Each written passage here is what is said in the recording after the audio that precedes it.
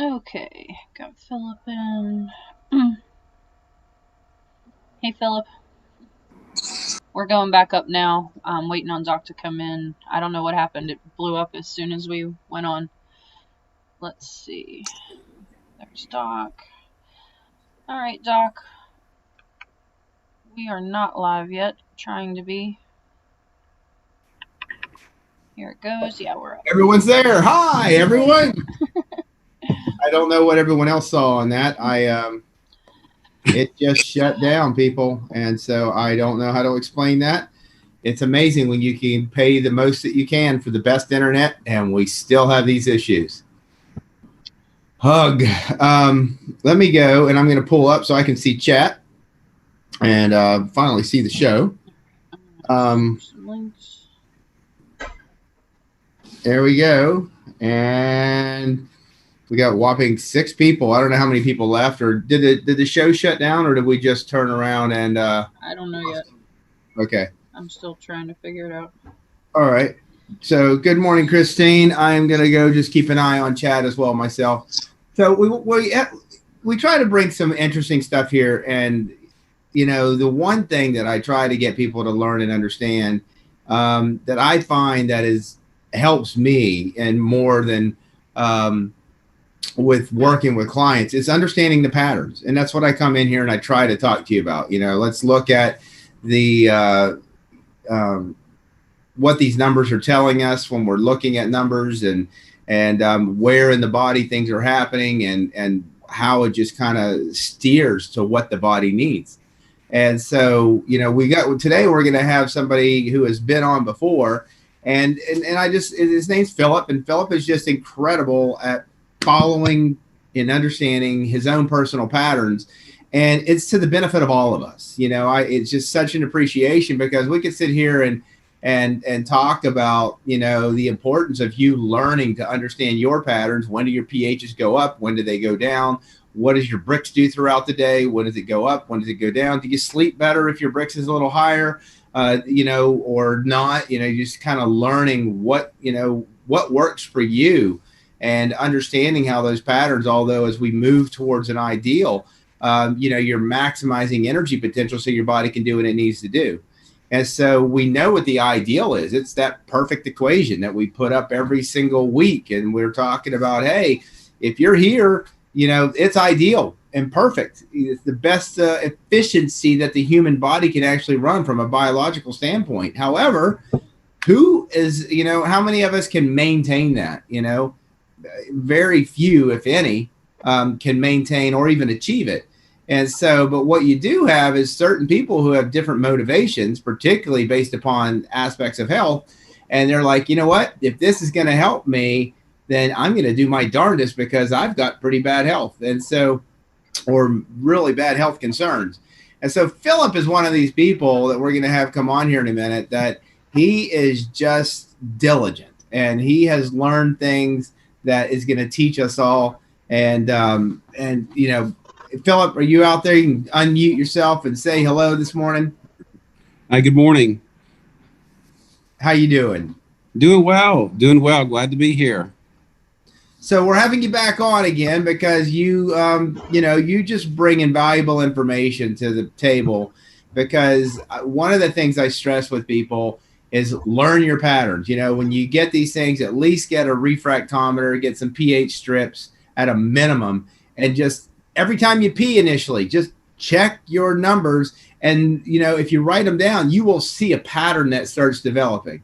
And so, we had you on before talking about some of the patterns, and you just emailed me and told me some incredible things that I'd love for you to share. And if you want to just kind of give a short synopsis, you don't have to share what's been going on with you from a health perspective, but if you want to give a short synopsis of, how what RBTI has kind of done for you, and what you've learned through this process. Sure. Well, the first thing that I learned, Dr. Misak, you've taught me to look at the cause and effect, and that's, a really big deal. It's really improved my numbers. It's improved my health. It's improved my energy levels. Kind of looking at your body from a perspective of what's going on and when and why. So I thank you for teaching me that and getting me to look at it. Just a few things here recently. My pH has kind of bounced around a little bit. I try to keep it consistent, but sometimes that's not possible. You need a little help to kind of regulate it. So, in the mornings, my pH is usually 6.2 to 6.4. It tends to want to drop no matter what I eat.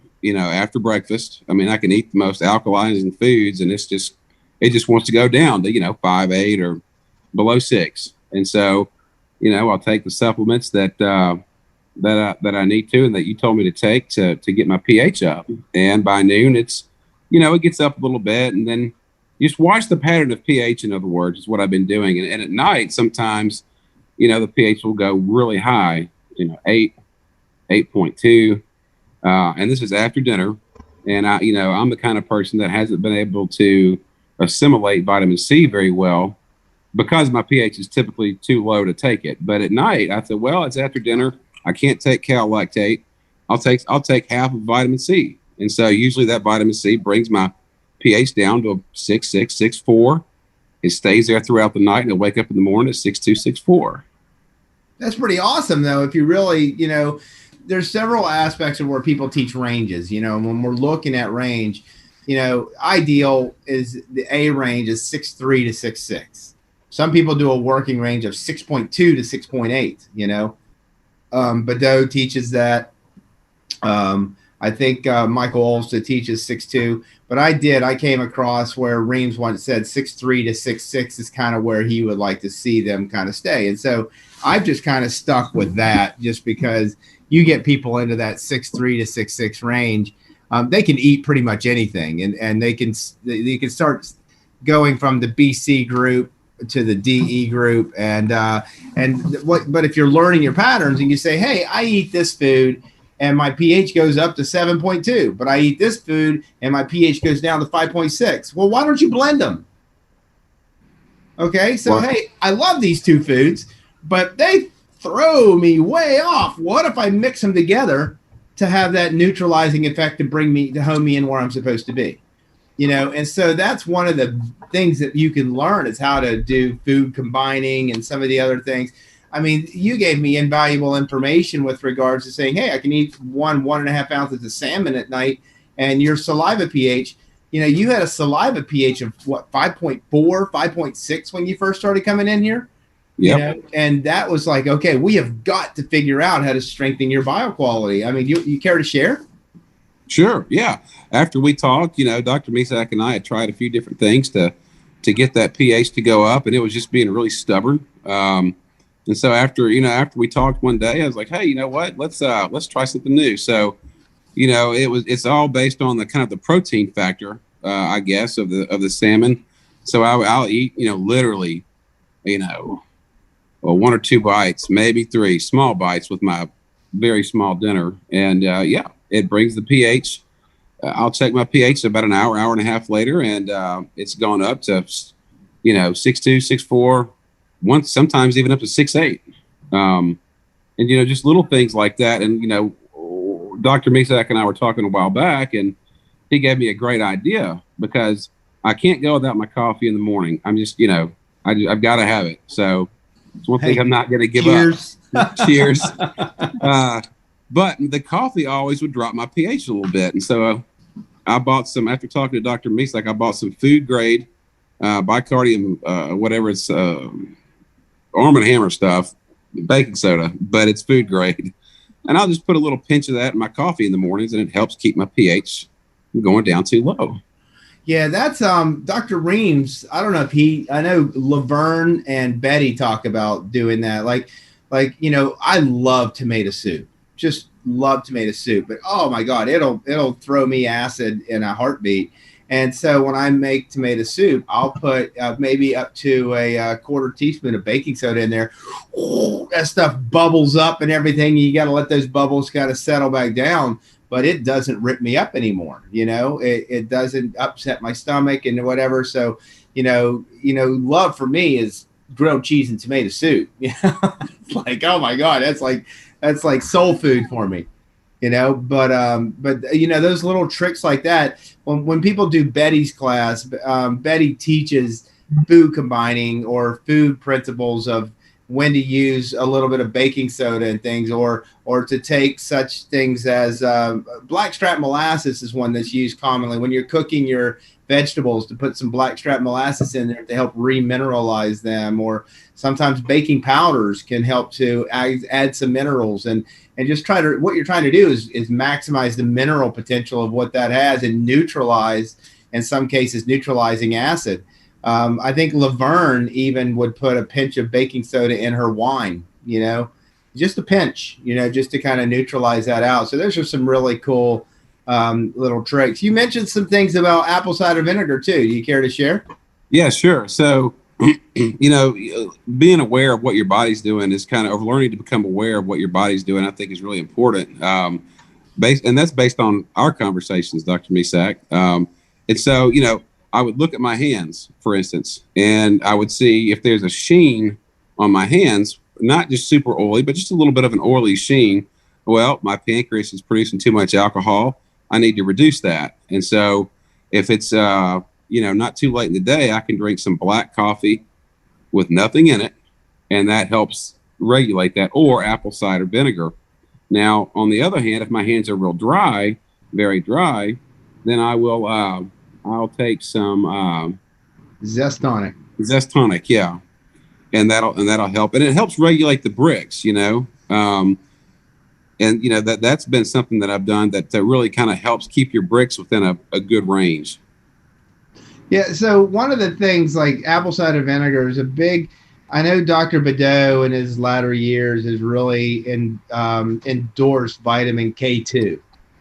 So vitamin K2, all this research has come out that K2 helps mobilize calciums within the body to prevent them from, storing up in the arteries and wherever, and blocking things up. And it just helps them to mobilize and to make those calciums available, so you're not clotting up your arteries and whatever else. And so an interesting conversation again with Betty and Eugene Reams is Dr. Reams actually would have people do apple cider vinegar. Where do you ever read that in anybody's material? Never. It's only because they were with their father, And then Betty says, well, my dad said that apple cider vinegar works to just mobilize all the calcium that's all stuck around in your body. And I'm like, are you kidding me? That's what everybody claims that vitamin K2 does, right? From a research standpoint. However, if you think about it, you hear about apple cider vinegar constantly, being alkalizing to people. And you wonder, well, it's actually an acid, it's a vinegar. You actually can see where people are more as alkaline conditions, that the apple cider vinegar is tolerated very well and helps with the digestion aspects. But if it's mobilizing calciums, what forms of calcium are most people getting? They're getting calcium carbonate, calcium citrate for taking supplements. Many people aren't utilizing those. They're putting them in their body, deposits them. And if it's mobilizing those calciums, what are they going to do? They're going to systemically alkalize. Does that make sense? At least it did to me, And so I just thought that was something really fascinating. But for you to find an association, do you find any aspects you're helping that see a control of your bricks, And so what I teach people is the bricks is telling you what to drink, right?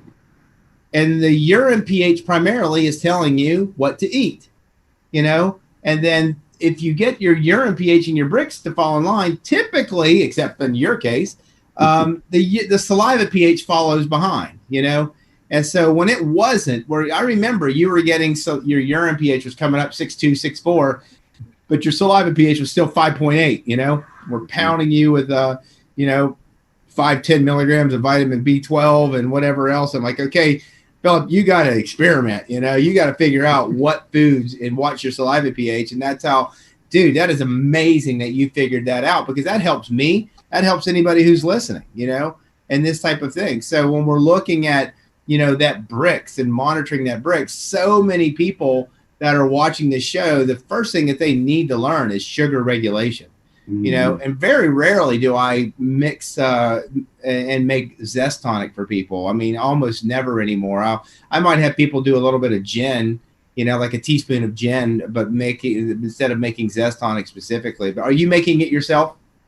Yes, and I use it for two reasons. I use it for more reasons than what I told you before. I use it for, like you preach, Dr. Misak, self-awareness. So if I have, acid reflux, result of a Brix imbalance, right? So I look at my hands, and if my body can if my body can tolerate it, I take zest tonic, the heartburn goes away.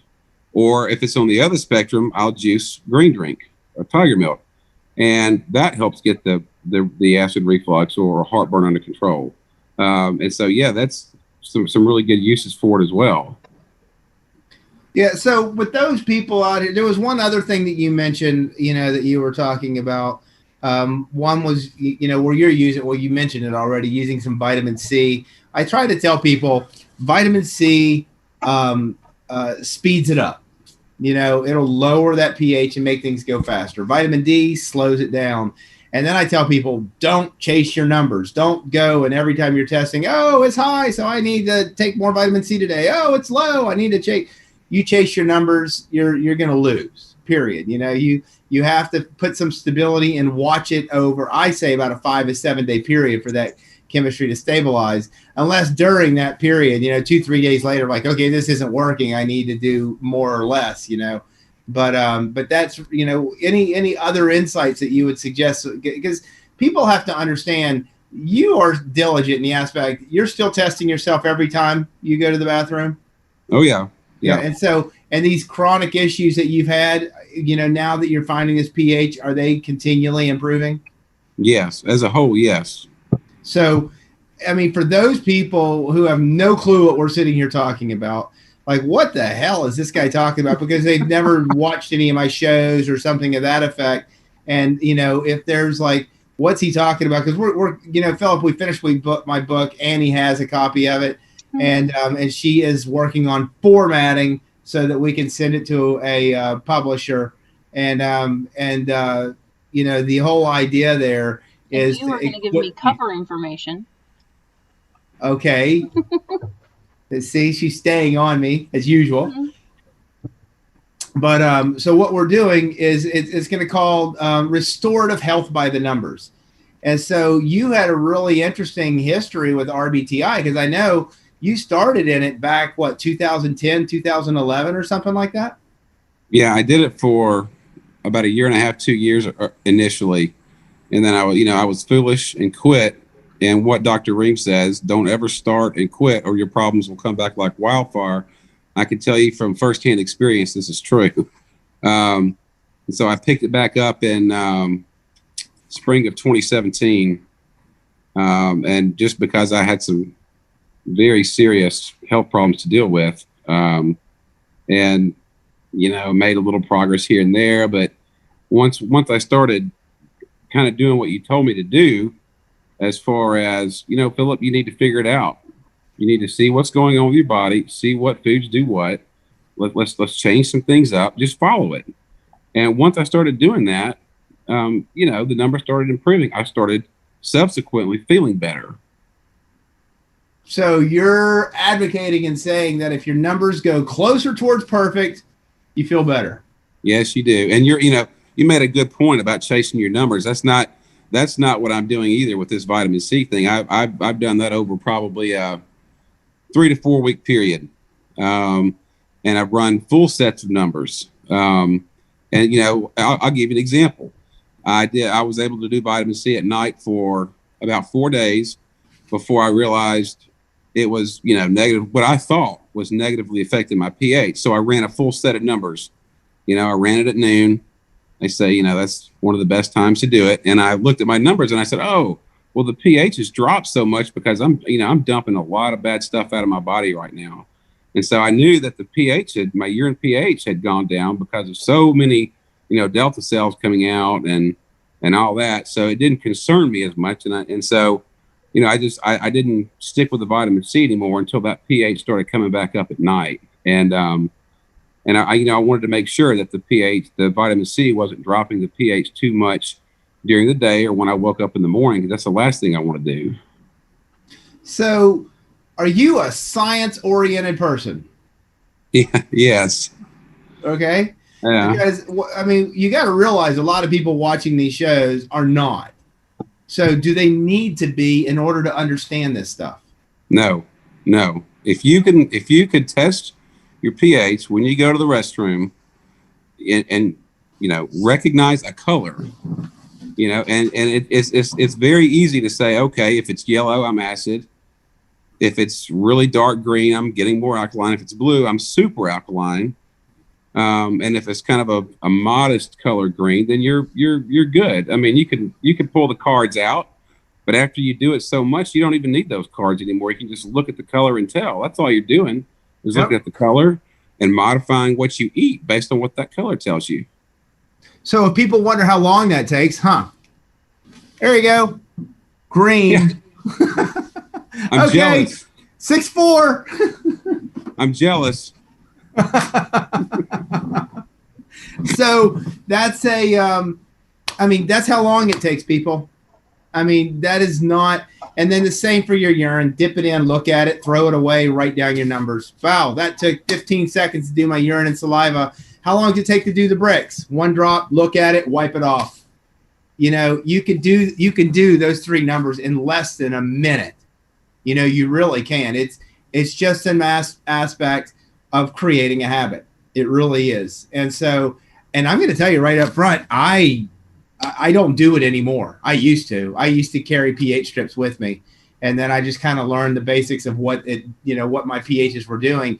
But more importantly, I learned like, oh my God, when this is at a 5.4, I feel like crap. And, so I'm going to go, so I got my own little cocktail. I'll throw some Vitalometry, 1 Mincol, 2 Cal2s. I take my selenium, my zinc, and I always need potassium. I just burn through potassium, So boom, throw my cocktail down, go back later on. I'm back at 6'4", 6'6". All right, I'm good, And so and then the problem is when you start feeling good, right?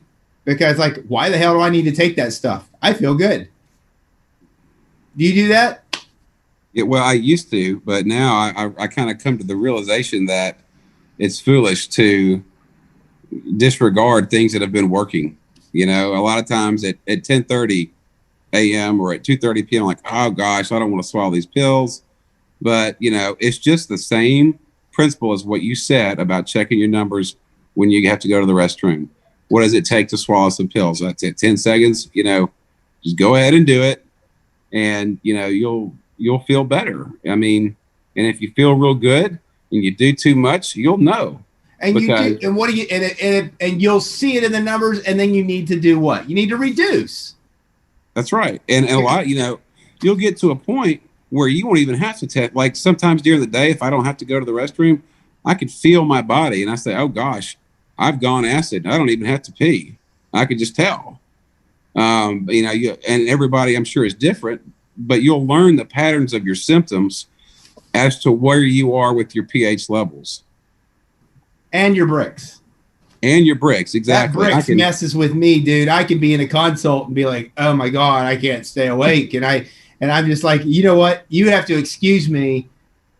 I've literally told clients, I have to excuse myself or my brain is not going to be for you and working with you because I am sugar crashing right now. And if I don't go and get something, you're not going to, appreciate what my attention. I don't know what else to say. And people are like, okay, and I just go and I excuse myself. I run in there and I'll grab something to eat and I'll come back. Sometimes I keep juice in the refrigerator and I'll just do a little bit of juice and a little bit of water and shoot down 4 ounces of it, come back in. Literally, 3 minutes later, you're like, okay, let's go. You're ready to go again because you tune in where those crashes are, and what those things do to you. Right. And you're right. A bricks regulation is so important too, because, when I first started, I couldn't handle the water at all. My bricks crashed constantly. I mean, constantly. I couldn't eat enough fruit, juice, anything. I mean, it would just crash. And so it's been a real blessing for me in the fact that my body, my chemistry. I've had 2 major chemistry changes, and now I tell you, I can drink my water from, say, starting at 7:30, and I quit about 10 o'clock. And at 3:30, after I finish my lemon and water routine, I can drink it on the half hour up until 10 o'clock, and my bricks never crashes, and it always stays 1.5 to 2. That's because from 2 o'clock on, that bricks naturally goes up. Certainly does. And what certain people also have to watch out, that because that bricks is going up, that if you try to drink the water to crash it down, you might not sleep, because sugar crashing at night will keep you awake. So you'll learn the patterns. Certain people, like people who are constipated, high pH, and they're sugar crashing at the same time. We'll have them do 4 ounces of prune juice and 4 ounces of water after dinner. And that prune juice will help maintain the sugars throughout night and help the bowels to go in the morning. But what we're trying to say, people, is that your numbers and your patterns tell a story of your health. So it's not come here and Dr. Misak say, take this, do this. It's like, and then we'll come back and retest. It does help. But when you come back and retest, you haven't been drinking enough, or we need to put some juice in your water, or you need more Cal2, or you need more D. Oh, wait a minute, you need some C. You're not utilizing. We can turn around and make these generalizations, but it's the clients who turn around and learn their basic patterns of what food does by testing that pH, particularly that urine pH, and eating those foods based upon, hey, my pH is high, I'm going to eat more BC foods. Oh, my pH is low, I'm going to eat more DE foods. And then when you start honing into 6366, eat them all. But if you are testing, you will see that particular foods, one man's food, another man's poison, will swing you wide swings. And swinging is, how would you describe swinging? Oh, it doesn't feel good for one. You feel like crap, but I try to avoid those, because what is it you say? The greater the difference between your urine and saliva pH, the greater the resistance. And I can tell you, when my pH, that's one of the reasons I wanted to start trying the vitamin C at night, because if you've got a urine pH of 8 or 8.2 and a saliva pH of 6 or 6.2, man, you're gonna feel like crap, And so, I've tried things at night, Dr. Misak, like eating, like if my pH is really high before dinner, I'll eat sauerkraut, and that's it. I'll eat nothing but a bowl of sauerkraut, and it doesn't, that's not the most appealing dinner, but it gets my pH down a little bit. I didn't start taking the vitamin C until I started realizing what the anionic foods were doing to my pH. And then I said, well, it's, my body still needs a little bit of help getting that pH down. And so that's when I incorporated the vitamin C. Have you found magic foods for you? Like, this food drops me, this food brings me up. So like, if my pH is at, at 6.9, 7.2, I can eat a little bit of this and it'll bring me back in line, or vice versa. Yeah, the best food I've found for bringing my pH down is sauerkraut, and it, that's been a big one. And what is it? It's the juicy drink. I can't think of it right now. My sugar and salt must be off. But there's some juice that I drink. That's the cranberry juice. There we go. Cranberry. It came to me, or maybe that brings it down as well. Yeah, so in general, when people are trying to control their bricks, maybe you can talk about that in a minute, but trying to control their bricks, one of the things that we'll do is, add a half a cup of juice to, and water down to about a quart. So say you have 32 ounces, 4 of it's juice, and you're drinking that over a 4 to 5 hour period, whether you're drinking 3 or 4 ounces roughly every half hour, depending on how much they weigh, And so you're talking, if I'm drinking 4 ounces every half hour, that 32 ounces is going to last me 4 hours. So between breakfast and lunch, when your sugars are naturally going down, you eat a big lunch, what happens? Get my sugars up, and then from 2 o'clock on, your sugars come up anyway, and that's when you can just drink water. That's the generalized way that I've looked at it, and I've never seen it taught that way, but it works, So, but when you were testing and you're like, hey, my bricks, and you couldn't get it up, were there particular things that you would suggest to people? Was it a type of juice? Was it drinking less water? I mean, how did you find out for yourself for that bricks control?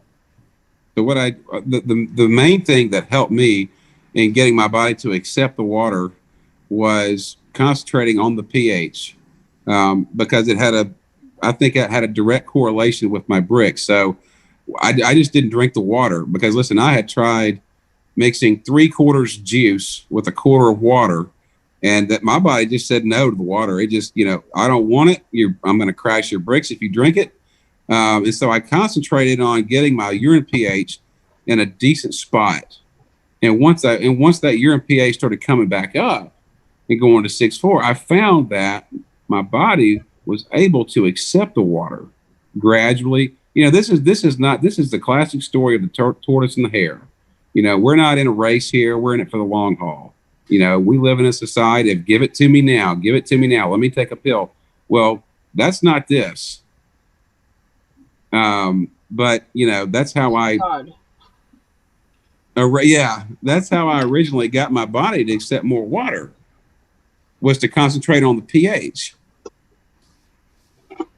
So, do you remember Paul Braddock? We had him on one day. Did you watch that show? Yes. Older guy, work with Reams and stuff like that. He said, Dr. Reams says, you get the frequency or you get the urine pH to fall in line, all the other numbers will follow. And so you're just solidifying what he heard personally directly from Dr. Reams himself. So I gotta look here. So we have a bunch of people. We got Christine, Leah, TJ, message was retracted. Oh, I hope it wasn't something offensive. Diana, good morning. Marty, good morning. Jackie, good morning. Jackie. Let's see. Indy, good morning. Luke, I believe you're coming from Australia. Good morning. Carolyn, it is good information, isn't it? Marcia, good morning. Got your salt book. Cell salts are incredible, Marcia. They really are. I'm glad it's, we have the book. We keep it here. I assume you got it from us. It's a great book. It gives an idea of how to use cell salts. They help across the board. They're just trace mineral salts. And you can see like Nat Foss helps with P acid imbalances and stuff like that. Luke mentions comfrey. Reams talked about comfrey and how comfrey can help with eliminating some dead cells, I believe. Comfrey definitely helps with the urinary tract passages and those type of things. And there was something specific that Reams talked about with comfrey, and I'm blanking on it right now. I was wrong. Mr. Default Name, Preston, good morning. Lauren Jones, good morning. Zambia. Oh, okay, excellent. Prophet Bear, God bless you. Yeah, you too. So we're sitting here looking at, and hearing all this information about the basic attributes of learning your numbers, because I could sit here and talk about numbers all day long, and you can sit here and like take as many notes as you want. And I hope you've taken some notes on some of the things that we've been talking about with Philip. But bottom line, Philip's chemistry is Philip's chemistry. My chemistry is mine. I've been, it took me years to understand this. And one of the key things he said is, the tortoise and the hare, slow and steady wins the race. One of the main things that you'll see is that X factor that comes in, as you age, you particularly get over 40 years of age, or 60 or 80, every 20 years, it takes twice as much energy to maintain your energy. It doesn't mean take twice as many supplements. I mean, Philip, have you seen people kind of suggest in some of the RBTI community that you just need to take more stuff when that happens? Yeah. And, I'll be honest with you, some of that is what helped me. Overloading with the supplements is I will say, is one of the things that did help me kind of have a major chemistry change.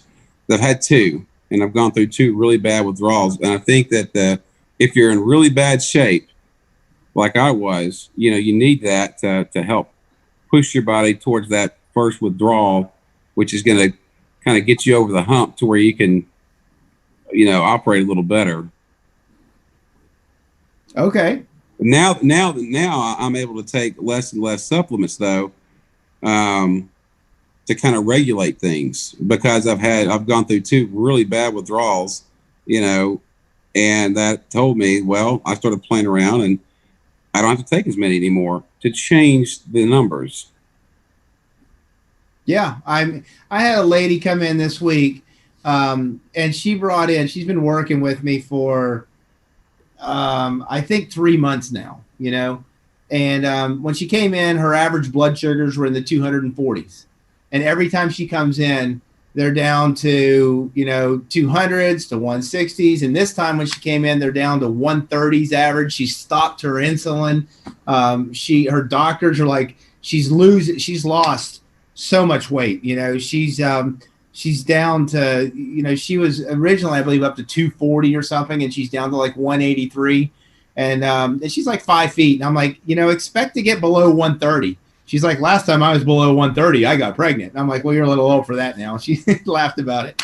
But she just keeps losing weight. But the one thing is, her Brix control and her sugars and salts is great. But those pHs, they won't budge. I mean, she is like 5.6 over 5.8, and I'm just like, okay, we're going to go up. We're going to change a little bit of your mineral supplements.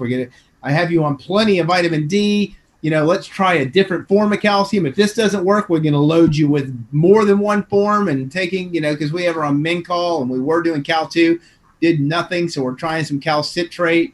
And I said, look, if this doesn't work, I'm going to have you taking both of them and load you up a little bit. And that's exactly what you're talking about, But what is a supplement, right?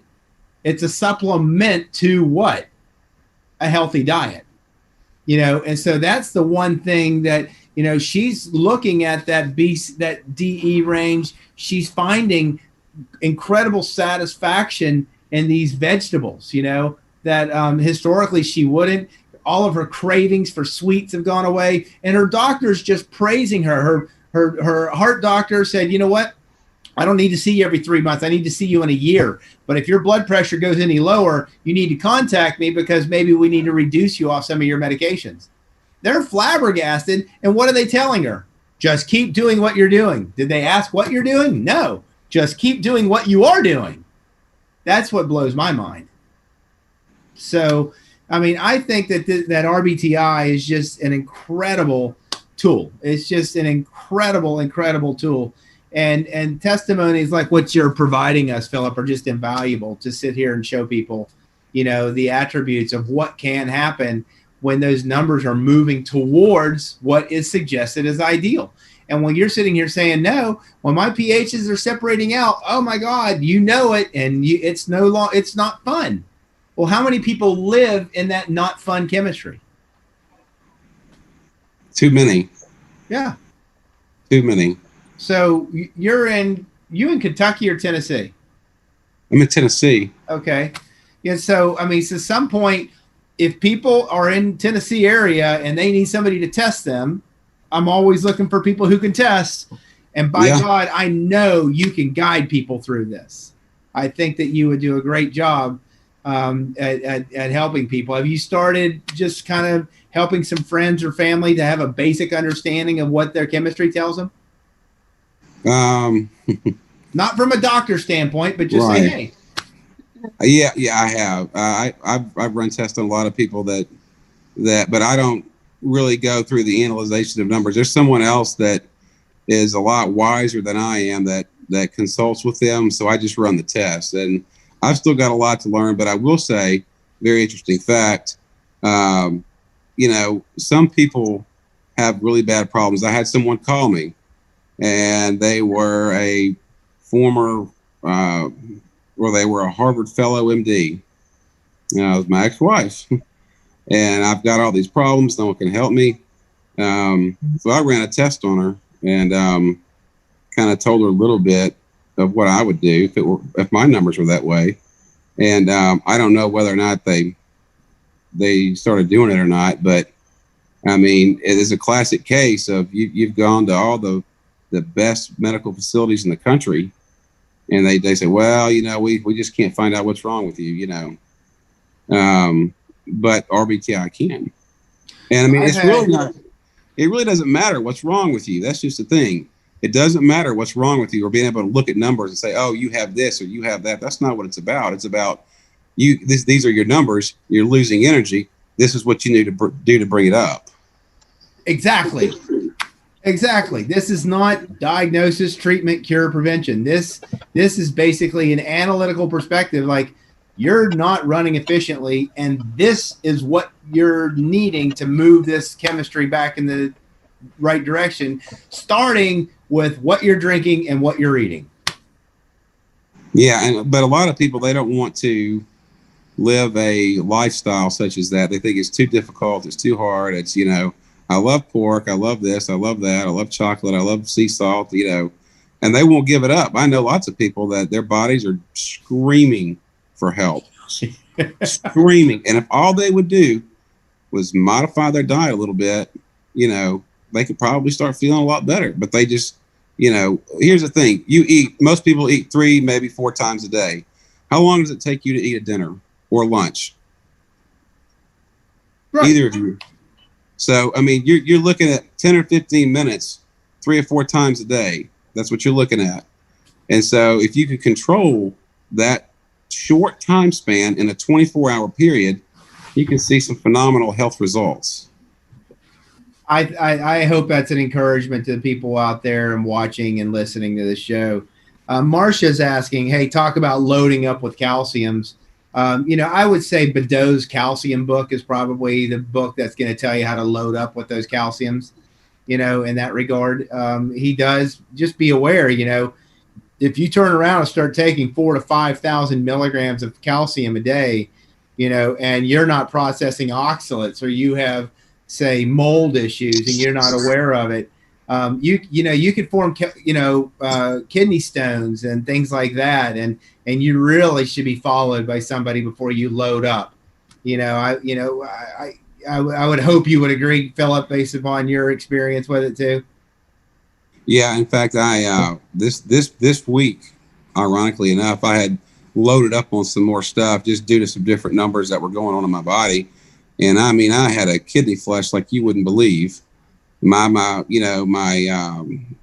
albumin was 4M plus with 1,000, and so I said, oh, whoa, wait a minute, I need to back off the lemon water, I need to back off these supplements, and so I did, and it, next thing you know, in a couple of days, that 4M, with 10 pluses goes down to a 4M.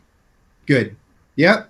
And that's observation. I mean, so like Philip in Australia, Philip Rankin, he turns around, a good friend of mine, and who we're so close to the coalition website. We're trying to link up with programs so we can offer a program where people can put their numbers in and give a baseline guidance, as far as what to take and what to eat and those type of things here in the United States. But one that what he teaches is you look at the first 4 sets of numbers.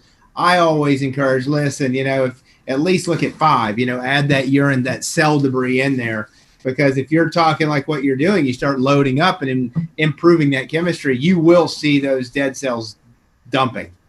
And Comfrey for controlling bricks. Thank you, Luke. Reducing that bricks.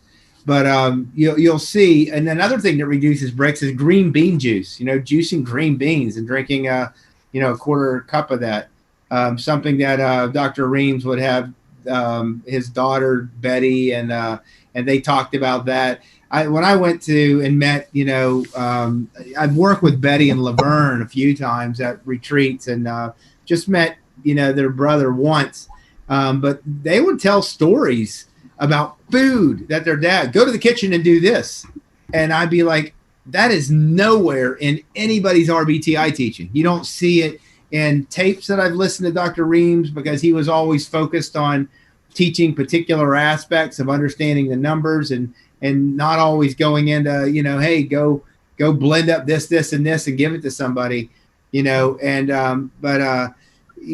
you read his book, Choose Life or Death, there's a story in there about this high profile person who was working in the medical system as a hospital director or something, and had these chronic migraines, and he was near ready to get fired because his migraines were affecting his work. And he's like, I will do anything that you tell me to do. I don't want these migraines any more than you. He went to Dr. Reams. Dr. Reams ran his numbers, and he didn't even get to see Dr. Reams, but Dr. Reams went to the kitchen, mixed up something, and said, hey, have him drink this down slowly over 30 minutes. And when he finally sat down with the guy's like, I want to buy 5 gallons of this because this is the first time ever that my headaches are gone. Never says what Dr. Reams gave him. All you know is he went to the kitchen, mixed something, and had him drink it over 30 minutes. And then what does Dr. Reams tell him? Stop eating tuna and your headaches will go away. And it's like, and I looked at that in the book. I'm like, how did he know based upon this set of numbers to stop eating tuna? And the guy's like, yeah, I eat tuna for lunch near every day. Stop eating tuna, boom, headache's gone. So if you watch your patterns, those are things that you'll pick out and learn about yourself. I definitely agree. Watch your patterns. So any let me see. Marcia, contestant Indiana. Good to know, Marcia. If we, I don't know if you're on any type of mailing list or whatever through our office, because when we're looking for people, when we get the coalition, we're going to have a network where people can find testers is the goal with that. Mr. Default Name, I like that. He told me the story again somewhere, and it was a mix of Zest tonic and some sort of juice. I don't recall. Yeah. And so who is Default Name? That's interesting. Did you know Dr. Reams himself? So my sister's appendix broke during surgery. She has a month of recovery to get rid of all the yuck. What will help her cleanse this out of her body faster? Running her numbers and basically looking at how to control the bricks and eating according to that is simple. A simple way to do it. Because of the potential for infection, I find that a little bit of colloidal silver will definitely help what's going on. But the thing is when you're looking at that, there's a bunch of junk that she's having to break down on a cellular aspect and help her body to eliminate. And so there's going to be a little bit of detox that's involved with this. So she's going to feel sluggish. Depends on whether she got, had blood loss and is anemic. It's a little more than just, hey, what do I take? I would typically mix an herbal, to help kind of the liver, the kidneys, the lymphatics, in that type of response of what's going on with your sister. I'm glad that she's doing okay with after a ruptured appendix. But running the numbers is what's going to have the most impact and seeing where things are. Let's see. And that's about, I don't see anything else that I didn't know him, but I heard him tell the story on one of the tapes. Okay. Thank you. Yeah. I mean, those tapes are sometimes, if you listen to Dr. Reams, he's definitely a voice that that he can lull you to sleep. When I was listening to those tapes, he had that really deep voice and he talked really slow and had that Southern accent. So, but Philip, I think this has been a great show. Any other questions out there before we kind of tune out for the day? Is there anything that you want to add at the end, Philip, that you would tell people? Mainly is just learn self-awareness. Learn what different things in your life, how it affects your body, and then try to correct and improve it from there. It's not difficult. It's not a really hard process. It's just the first part of the equation, CS. It's just common sense. I appreciate that. I think that if people look, Annie has that little thing about that we've talked about, the 5 phases, 5 phases of health. And that was my way of trying to explain naturopathic medicine and how you interact with the world around you. So every little thing affects your chemistry. It really does, so the basics of that common sense is only if it's common sense based upon your level of understanding and awareness, right? And so pure air, pure food, pure water, electromagnetic field protection. You know, what is this EMF doing to us? What are vaccines doing to us? What are genetically modified foods doing to us? What are, you know, all of these other things that, you know, if there's something that you can say, hey, that's not fully natural, it's man-made, is it going to affect our chemistry? Hell yeah. How is it going to affect? Depends on your chemistry. You know, if you're too fast, it maybe won't get utilized as much. If you're too slow, you might keep recirculating that and have a more chronic effect, you know? And so you know, if you learn your patterns, and you start moving your numbers towards ideal, you will see dumps. You'll see liver dumps. You'll probably notice that when your cell debris goes up, your saliva pH goes up because everything in that liver gets sluggish and slows down a little bit, you know? And then you'll also see those nitrates change. You'll see the nitrate drop a little bit and the ammonia nitrate go up because your body's dumping toxic nitrates. And then if you test for hair analysis, you'll see heavy metals coming out in the hair because your body, they're not on frequency. So your body says, hey, I'm just going to get rid of them and depot them out. Your body naturally starts to get rid of this stuff. So that common sense, you know, and self-awareness, you know, because I'm in those 5 phases, you know, clean up your environment, identify your personal stressors, supplementation based upon what you actually need. Detoxification is things that what you're talking about naturally starts to occur. But self-awareness is, hey, am I really dealing with my issues? Have I dealt with it? I still have this symptom. What's going on with this? Why? Is there something I'm eating? Is it something I'm exposed to? Is it something I'm breathing in? You know, so is that self-awareness and that level of what we would say common sense? You know, I would turn around and you could take common sense and make it into self-awareness, or, you know, and kind of, you know, change that a little bit down there. But Betty told the story of, you know, how it was her talking with her dad that common sense factor came in, that he's like, yeah, you have to be aware of X, Y, and Z, because just because the chemistry, you know, just because you can turn around and take some supplements or eat some food, if you're continually doing something that's just plain crappy for yourself, you're never going to get that chemistry to where you want. And the thing about the chemistry is perfect is in all of us. You know, that's the blessing and grace of God right there. You know, how he created us, you know, and he created us to be perfect in that aspect, in his own image. But we're in a fallen world, and this world is directly affecting your chemistry, directly affecting your mental well-being, directly affecting your physical well-being, directly affecting your emotional well-being. You know, and when you look at the Bible and you look at Psalms, the majority of them are lamentations. Oh my God, why am I going through this? But you always carry out through us, for us. So, Philip, I'm going to thank you for everybody tuning in. Great show. I agree, people. Zestonic, thank you for putting that out there. How you mix it, that's exactly what you do when you do Zestonic. Small amounts, people, teaspoon or less. Go down if you get a headache, you know, and you do it right after a meal typically. But if you get a headache, boom, you're taking too much of it. Philip, thank you. Thank you so much for joining us. God bless you. Thank you, everybody. Thanks for having me.